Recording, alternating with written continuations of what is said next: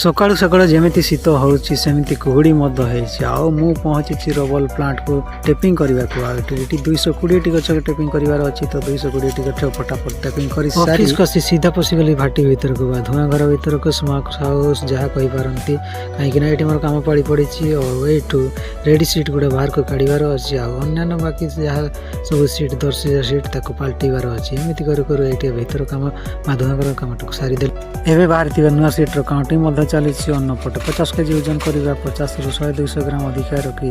दुईजन साहय या bundle कराऊँगी bundle काम एत बेड़ को हो जाए खाली टिके थरे दुई थर पंच मारी